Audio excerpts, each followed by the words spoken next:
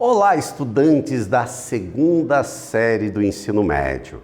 Nesse vídeo a gente vai trabalhar o nosso primeiro aprofundamento do trimestre.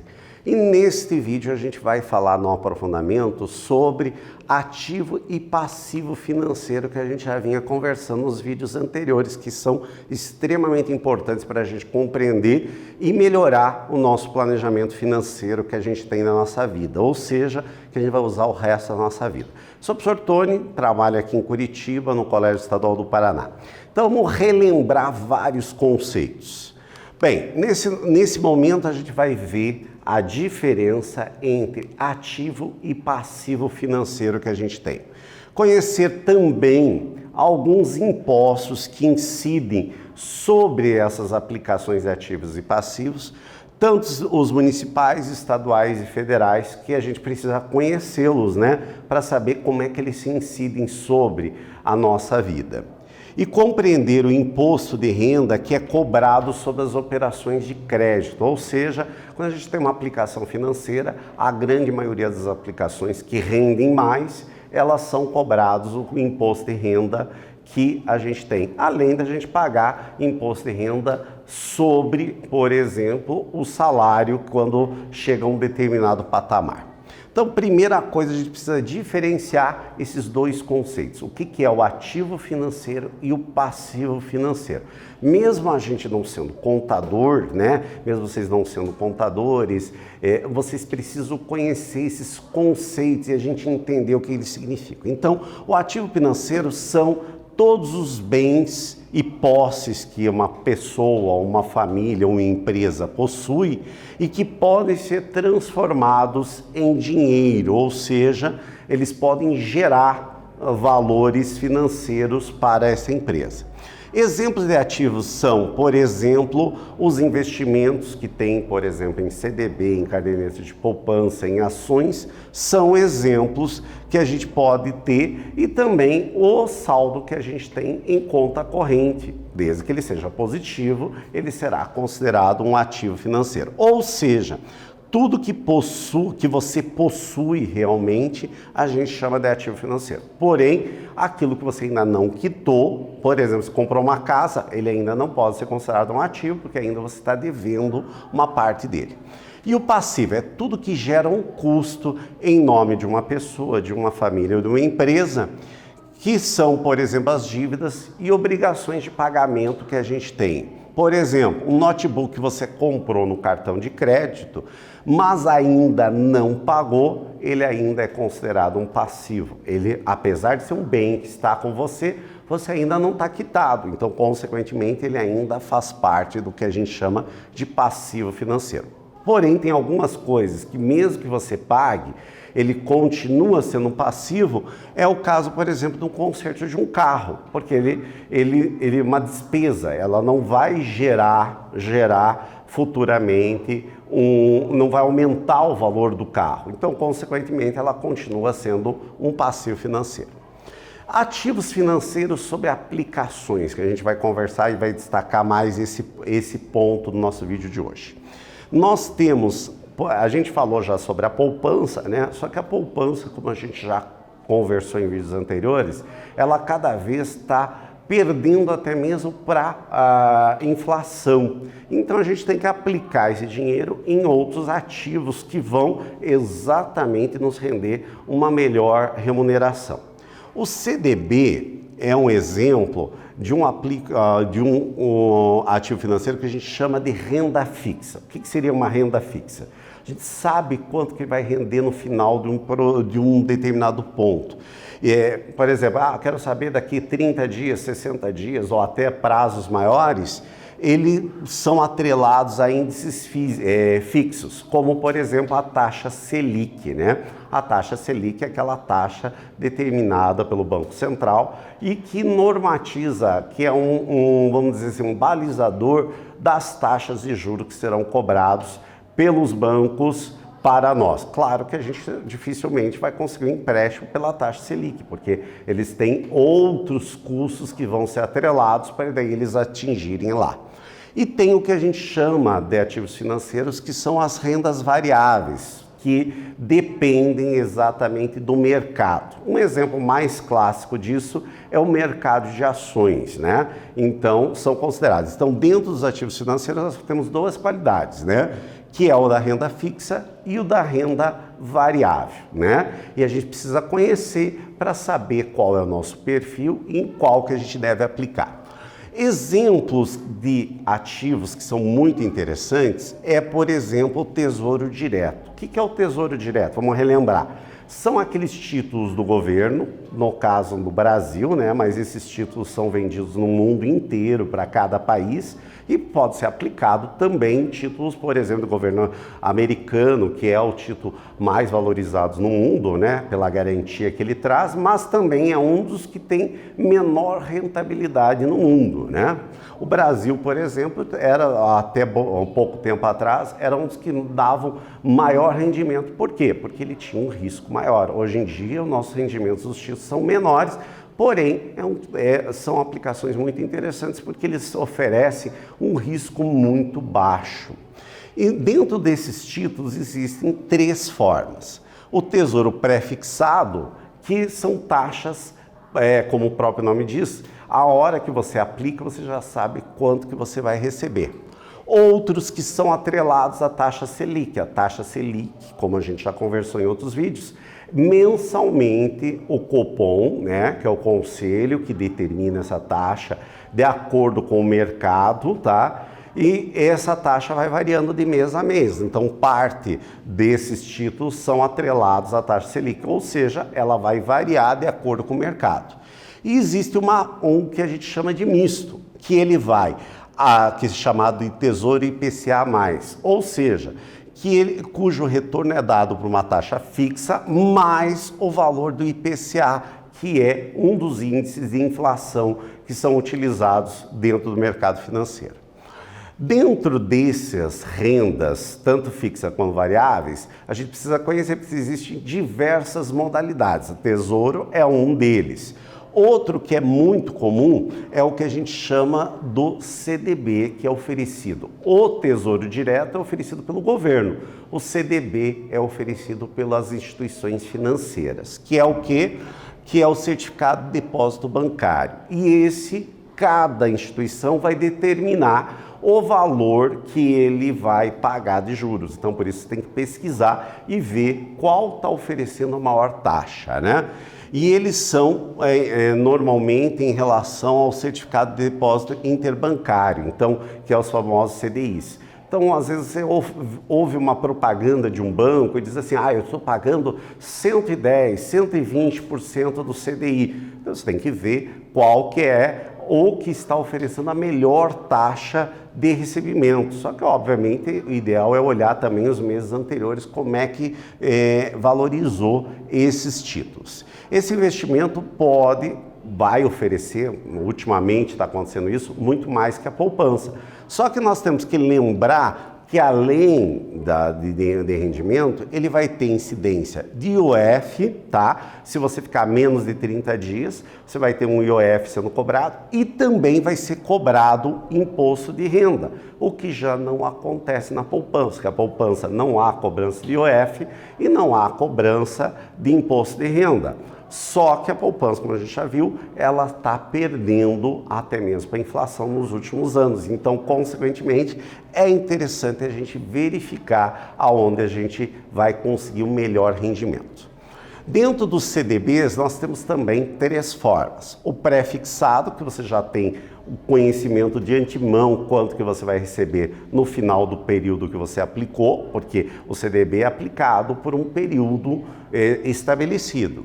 Os pós-fixados, que a gente só vai saber depois quanto juros a gente vai receber, né? Porque vai depender do mercado, as alterações que vão acontecer no mercado. E o híbrido, que além de ter uma taxa fixa, ela também leva em conta, por exemplo, a inflação dentro do CDB. São aplicações muito fáceis e hoje em dia muito utilizadas dentro do mercado, que as pessoas estão se tocando que a poupança não está dando mais, mas a poupança ainda é um meio mais fácil da aplicação.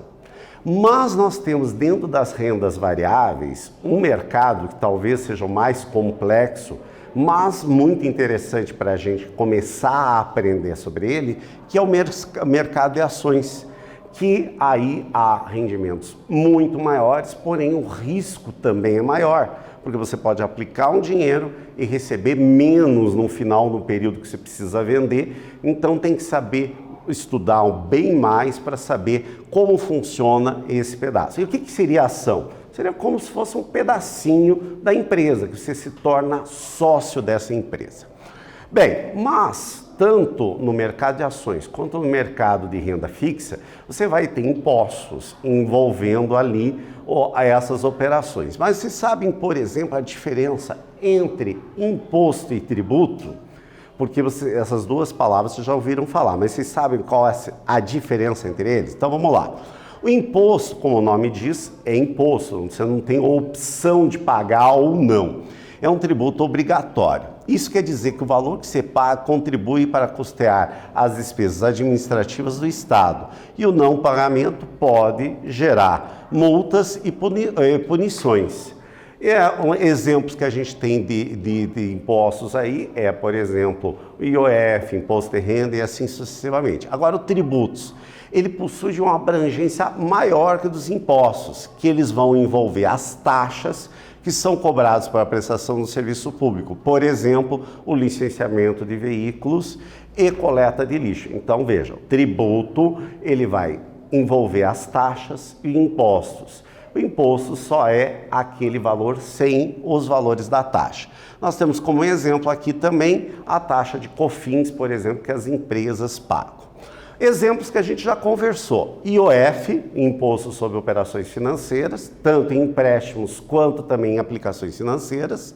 O Imposto de Renda sobre pessoa física e pessoa jurídica. A pessoa física pode ser feita a cobrança mensalmente no seu salário e uma vez por ano ela tem que fazer um ajustamento de tudo que ela recebeu, podendo ter que pagar mais imposto ou receber restituição. E as empresas também, no fechamento do seu período de um ano fiscal, ela também tem que fazer ali o recolhimento da parte do lucro que ela vai ter. Existe a contribuição social sobre o lucro líquido da empresa, existe também o ICMS, IPVA, que a gente já conhece, o ITCMD, que são quando há uma transmissão de doação ali entre vivos, que você tem que pagar também, IPTU, que a gente já conhece bem, ISS, que é uma taxa sobre serviços que é cobrada das empresas e dos profissionais liberais pela prefeitura, o ITBI, que é imposto sobre transmissão de bens intervivos, por exemplo, quando eu compro uma casa ou eu preciso pagar esse imposto à prefeitura. E esses valores são utilizados para quê? Exatamente para financiar, custear a educação, a saúde, o transporte, ou seja, para fazer ruas, estradas, saneamento público, ou seja, tudo que envolve o serviço público. Vamos agora a uma atividadezinha aqui. Escolha um tributo dessa lista abaixo, pesquise como e por que esse tributo foi criado. Para que ele foi criado? Porque normalmente quando o tributo é criado, eles dão um motivo para que foi criado esse tributo.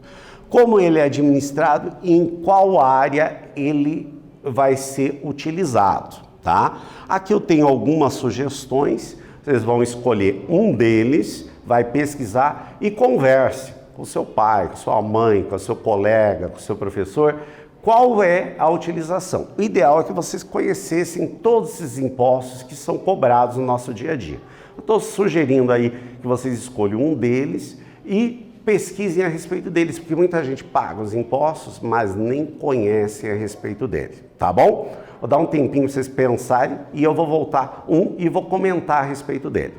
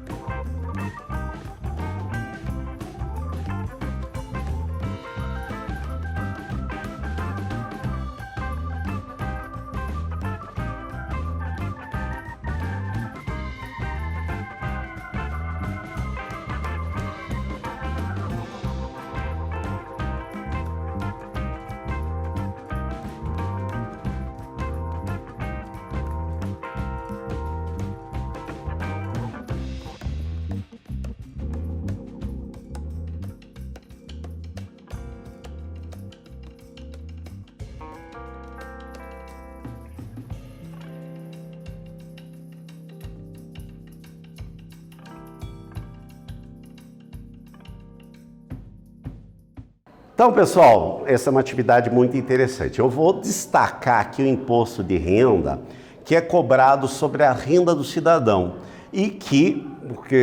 ou de empresas que geram lucro, né? Que são passíveis lá. É o caso, por exemplo, quando a gente aplica em CDB, Tesouro Direto e ações. Como o próprio nome diz, esse talvez seja um dos impostos mais antigos que tem na humanidade, né? Que é exatamente sobre a renda. E o objetivo sempre foi manter, seja o reino, quando eram reis, né? Ou para manter as despesas que a gente tem de investimentos e também manutenção da máquina pública.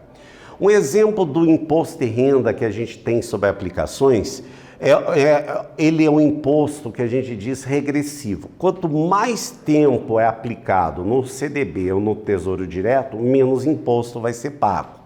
Por exemplo, até 180 dias é pago 22,5%. De 181 a 360 dias, 20%. E de 365 a 720 dias é cobrado 17,5%. Acima de 720 dias é cobrado 15%. Então, são aplicações que a gente tem que levar em conta também o tempo de aplicação, porque esse dinheiro será retirado do rendimento que você vai ter a aplicação. Então, temos que conhecer muito bem a respeito. Vamos ver aqui uma atividade prática. Jeane investiu 3.500 durante 3 anos e meio em CDB. O montante final do seu investimento seria de R$ 4.523,60. Porém, esse valor vai ser descontado em imposto de renda. Qual vai ser o valor líquido sacado por ela após a cobrança, o desconto do imposto de renda? Aqui estão as taxas para vocês relembrarem. Vou dar um tempinho para vocês aplicar e já voltamos a conferir.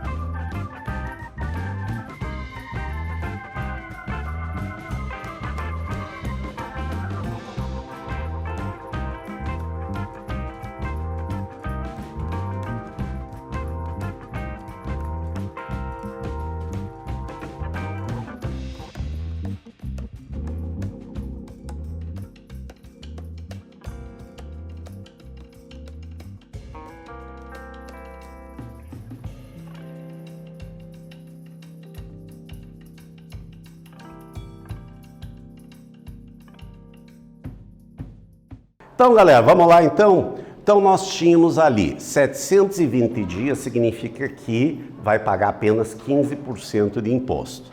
O rendimento foi o valor final R$ 4.523,60, diminuindo o valor inicial, ou seja, teve de rendimento 1.023. Sobre este valor que vai ser calculado os 15%. 15% sobre 1.023,60. 15% a gente divide por 100, multiplicando por esse valor, será cobrado R$ 153,54. Descontando do 4.523,60 este valor, o valor líquido que vai receber é de R$ 4.376. Fácil, não é verdade? Mas é bom a gente compreender que sempre que a gente está aplicando pode ter cobrança de imposto.